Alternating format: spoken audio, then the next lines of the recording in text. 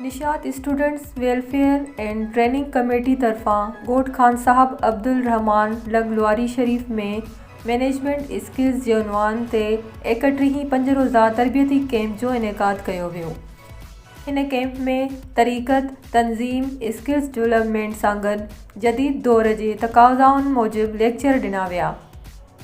Lecturer हज़रात जिन में मंसूर अहमद टालपुर, फुरकान अहमद टालपुर, मोहम्मद सलीम साहिल जुणेजो, सुहेल अहमद जुणेजो, मोहम्मद अली सोलंगी, अब्दुल रहीम डाहिरी, वक़ार अहमद कोरेजो, इरफान अली डाहिरी, मोहम्मद रफ़ीक जुणेजो, मोहम्मद यासीन टालपुर, इरफान गुल डाहिरी, शम्स कासिम जुणेजो, बशीर दीन जुणेजो, मुख्तियार अहमद कीरियो ऐं ॿियनि मुख़्तलिफ़ मौज़ूअनि ते लेक्चर ॾिना।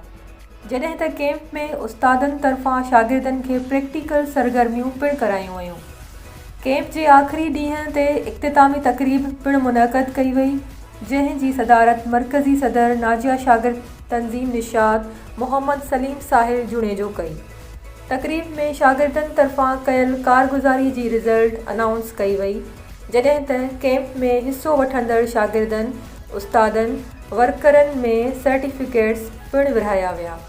हिन तक़रीब जो इख़्तिताम दरगाह आलिया लुआरी शरीफ जी दस्तूरी दुआ सां कयो वियो।